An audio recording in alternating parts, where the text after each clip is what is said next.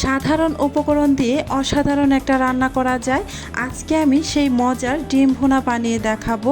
খুব সহজ আর ঘরোয়া স্টাইলে তৈরি এই ডিম ভুনা গরম ভাতের সাথে খেতে লাগে দারুণ মজা। চলুন তাহলে শুরু করি। প্রথমেই চুলায় একটা আমি হাঁড়িতে প্রায় 6টির মতো ডিম সিদ্ধ করতে বসিয়ে রেখেছি। ডিমগুলো সিদ্ধ হয়ে গিয়েছে, তারপর আমি ডিমের খোসাটা ছাড়িয়ে খুব ভালোভাবে ধুয়ে পরিষ্কার করে নিয়েছি। এবার আমি এই ডিমের উপরে একটি ছুরির সাহায্যে 4টি আঁচড় কেটে নিব। ফিরে আসছি ডিমের মধ্যে আঁচড় কেটে নেওয়ার পর।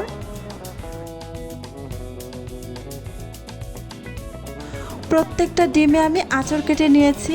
এবার আমি এই ডিমের মধ্যে সামান্য একটু লবণ দিয়ে দিলাম, দিয়ে দিচ্ছি সামান্য একটু হলুদের গুঁড়া, আর দিয়ে দিচ্ছি সামান্য একটু মরিচের গুঁড়া।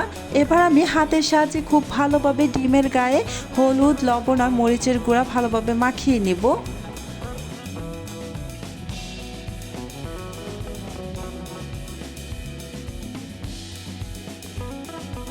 ভালোভাবে মাখানো হয়ে গিয়েছে, এবার আমি সাইডে সরিয়ে রাখবো।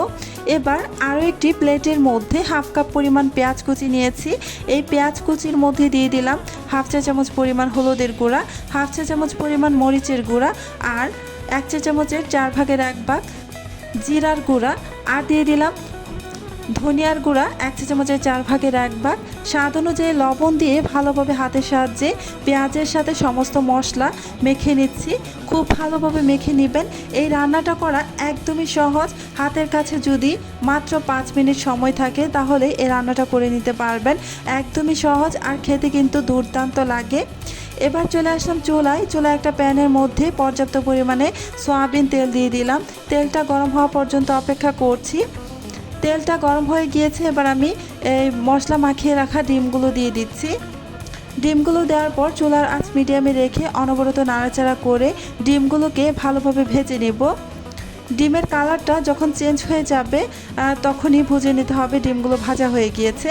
খুব বেশি সময় ধরে ডিমগুলো ভাজতে যাবেন না, এতে করে খেতে বেশি একটা ভালো লাগে না। তাই ডিমগুলো আমি খুব বেশি সময় ধরে ভাজবো না। যখন উপর থেকে হালকা একটা কালার চলে আসবে তখন আমি ডিমগুলোকে আর ভাজবো না। এই যে ডিমগুলো আমার ভাজা হয়ে গিয়েছে, হালকা একটা কালার চলে এসেছে। এবার আমি এখানে এই যে মশলা মাখিয়ে রাখা পেঁয়াজ কুচিগুলো দিয়ে দিচ্ছি।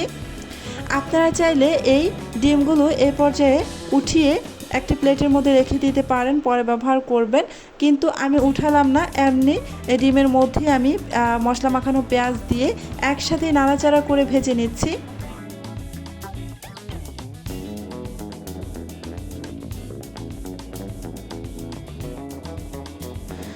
চুলার আঁচ মিডিয়ামে রেখে একটু পরপরই নাড়াচাড়া করে ভেজে নিতে হবে।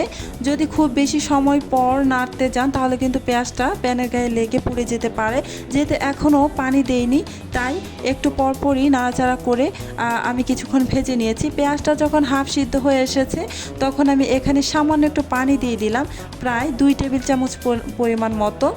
পানিটা দিয়েছি এই কারণেই যাতে এই মশলা থেকে যেন এক্সট্রা একটা গন্ধ না আসে, তাই পানিটা দিয়ে আবারও নাড়াচাড়া করে কিছুক্ষণ আমি ভেজে নেব। পানিটা একদম শুকিয়ে আসা পর্যন্ত ভাজতে হবে, একদমই পানি রাখা যাবে না। যখন তেলটা একদমই মশলার গা থেকে আলাদা হয়ে যাবে তখনই এটা নামিয়ে ফেলতে হবে। খেয়াল রাখতে হবে যেন এখানে এক্সট্রা কোনো পানি না থাকে। সাধারণ কিছু উপকরণ দিয়েই এত মজার ডিম ভুনা তৈরি হয়ে গেল। গরম ভাতের সাথে খেতে সত্যি অসাধারণ লাগে। রেসিপিটি ভালো লাগলে ভিডিওতে লাইক দিন, আর এমন সহজ রেসিপি পেতে চ্যানেলটি সাবস্ক্রাইব করতে ভুলবেন না।